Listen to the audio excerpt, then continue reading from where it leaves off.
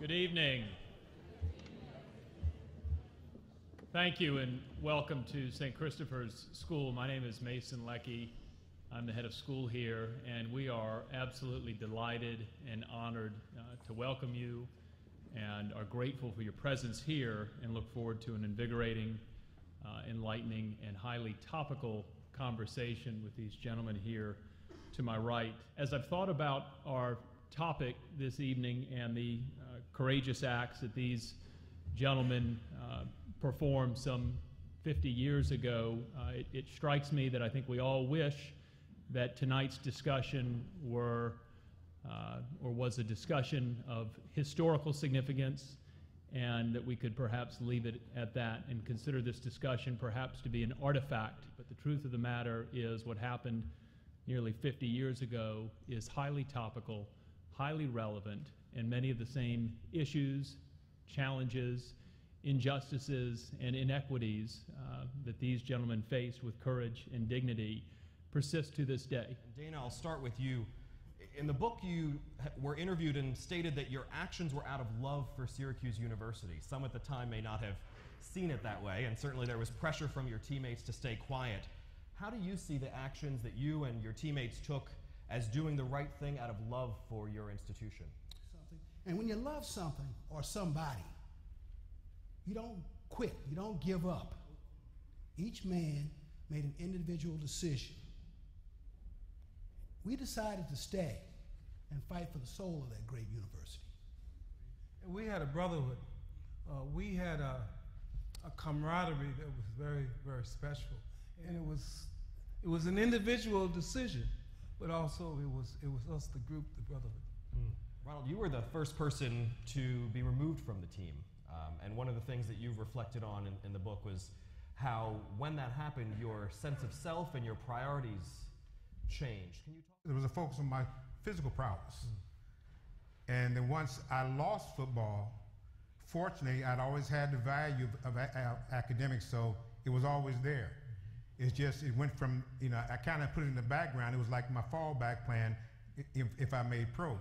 Well, when it was, my career was snatched, athletic career was snatched, then I realized I had to put academics in the forefront again. When we were deciding, as DJ talked about, or making our individual decisions about what we're going to do, I'd always had a very good relationship with my father. You could communicate with him. And so I wanted to go home and talk with him and speak with him about what I should do, whether I should boycott or whether I should continue to play. I knew that my father knew that I was living my dream. I was in the middle of my dream. I was really hoping that he would say, son, I think you should play, or son, maybe you need to find the inner core within yourself and make a decision. But really, I was leaning toward that, son, go back and play. He said, son, whatever decision you're going to make, you're going to have to live with. Right now it's your moment. You're going to have to become a man. And so you're going to have to make a decision as to what you think is the right thing to do. I knew the right thing to do was to take a stand for what I believed in. Take a stand on all the moral encouragement and teaching that my parents had given me. And yet there were also teammates who were not supportive or not encouraging.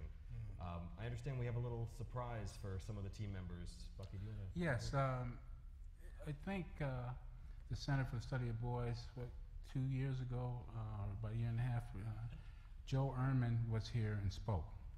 Joe was a teammate of ours, and Joe and I were particularly a little closer because I was the left defensive end on the defensive team, and Joe was the left defensive tackle. So we had to bond a little bit when the game was on. But Joe was also the protagonist with the white players against us during the late 60s and during our situation. It's amazing to me the moral courage as I reflect back as a much older, wiser person. The moral courage, the sense of justice 9 men really had to fight against a whole system of oppression that was then investigated and validated. So when you talk about the essence of manhood and the essence of character, I think moral character and moral clarity is just critical. So I want to thank Christopher's for continuing to be progressive. I want to thank my brothers who I have repented of not having the knowledge, not have been taught or trained in a way to learn how to stand alongside them in a society that kept us and a coach that kept us divided. So I think it's important for every young St. Christopher student, every man, as they grow into their own self-definitions of who and what they are. It's critical for them to have a sense of empathy and moral courage and moral clarity as well. What I learned and what benefited me the most in going through this experience was that it helped me with my prayer life. My prayer was backwards. I was asking God to let me use him for my glory, rather than asking God to use me for his glory. You talked about, DJ, the love for the institution that has held through all these years. Right. How about for your teammates? For those teammates who may not have been as gracious as we just saw in the video? Well, so fast forward 20, 30 years as I travel through the business communities, I bump into various teammates, and very much like Joe, they want to say, man, that stuff was whack. You know, we know it's different time. And I said, stop. Everybody did what they thought they were supposed to do. I know we did. We did what we thought was right. Everybody moved from their frame of reference. But what's important now, and I say this to young people tonight, because we have percolating some of the roots of some of the same issues. What's important now is, where do we go from here? You know, where's Dr. Hudson? She is a superstar. And yeah.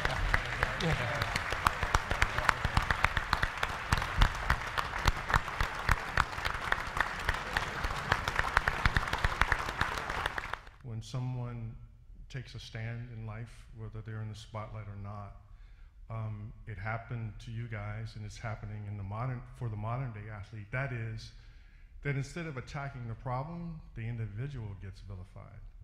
And so what do you tell a young person? How do they muster the courage to be able to take a stand if they see an injustice? We weren't faced with it. Young people are faced with today, of course, is social media, you know, and how quickly, you know, things are in the airways. I don't want to simplify, my answer to your question, because it's a very complex one. But I really do believe it boils down to what we said earlier. It's just having the courage to do the right thing.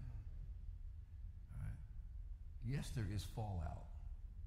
Yes, there are consequences. And yes, sometimes those consequences can be debilitating, bad.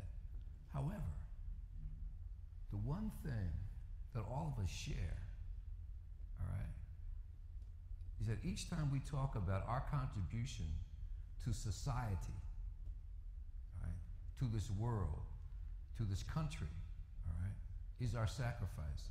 And no matter what, we will always have that. You'll always have that. And so to the young people, yes, it's not if, it's when you're going to be faced with something similar to us. It may not be on the same scale. It may be in a business setting or a social setting, but you're going to be faced with the same thing to make a choice about what's the right thing to do. Because it's so topical, I wanted to bring up Colin Kaepernick. And my position is that I support him because of his First Amendment right for freedom of expression. My son actually disagrees with me. His position is that he hasn't accomplished anything with his protest. And watching you guys, it occurs to me that in your protest you had very specific demands, and you were also being affected personally by the demands that you were trying to rectify. So with that in mind, my question is, what do you think about Colin Kaepernick's protest? Do you see parallels with what he's doing to what you did? And what do you think he's trying to achieve specifically? I would have been disappointed had someone not asked that question. Let's just look at it objectively. Take the emotion out of it. Has Colin Kaepernick harmed anybody physically? Has he destroyed any property? Has he disrupted any game? All he has done is use his position as a professional athlete to address an issue that he thinks is wrong. Now, whether you agree with him or not, that's not the point. That's not the point. I support the young man in his protest. But here's what I would say to him. That is only the opening salvo. You have to do something positive and try to contribute to make the greatest country in the world. The United States is the greatest country in the world. To try to do something to make it better. It's not perfect, but try to do something to make it better. Bringing attention to the issue is one thing, because let me tell you, we were the devil with two heads. Muhammad Ali, people, the great and beloved Muhammad Ali. Those of you who are old enough, do you remember how he was treated? Let's go back in time and talk about Paul Robeson. You talk about talent. What happened to Paul Robeson? Oh, by the way, the great Jackie Robinson, had some issues too when he stood up. But as Martin Luther King says, the arc of the universe is long, but it bends towards justice. Over time, then those men ended up on the right side of history. 1, 2, and then we're gonna. Okay. I was going to say, in looking at Colin, the thing that is getting lost in the shuffle is he's protesting about injustice of many black men getting killed unjustifiably. We often talk about the vehicle to get to that, but we don't talk about the problem. The problem is too many black men are getting killed unjustifiably. That's the issue that we should be talking about, not the fact that he's chosen to use his First Amendment right to shed light on that. We need to talk about what is actually happening and that you don't like the way he's doing to get to, but then what's your alternative? But what should not be lost is what he's talking about. We tend to focus on what he's doing, and the fact that black men are getting killed day after day is getting lost in the shuffle.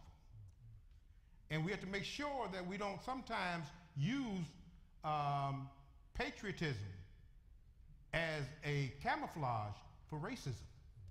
Because many times, the Ku Klux Klan, when they killed many blacks back in they said they were doing God's work. And they said they were patriots. So there's a history to many over this country. A lot of patriotism and God's work has been used as a camouflage to do a lot of racist things. We are happy that the university apologized publicly, gave us our jackets during a Louisville game during a halftime, and just recognized that they were wrong. And we thank God that we were right.